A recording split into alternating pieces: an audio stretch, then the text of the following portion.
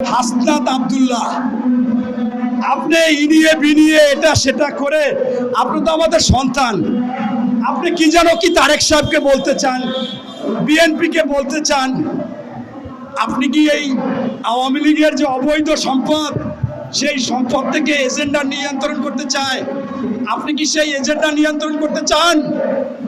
নতুবা আপনাকে বলে দিই, আমার বয়স 59, আমার ছেলে আন্দোলন করেছে, আমার মেয়ে ব্র্যাক ইউনিভার্সিটিতে আন্দোলন করেছে, আমার নাতি হয়েছে, আমি তাদের সাথে সাথে মাথায় কিছু কাপড় বেঁধে যাতে চুল পাকা চুল না দেখা যায়, আমি প্রত্যেকটা আন্দোলন করেছি, প্রত্যেকটা ভিডিও আমার কাছে আছে।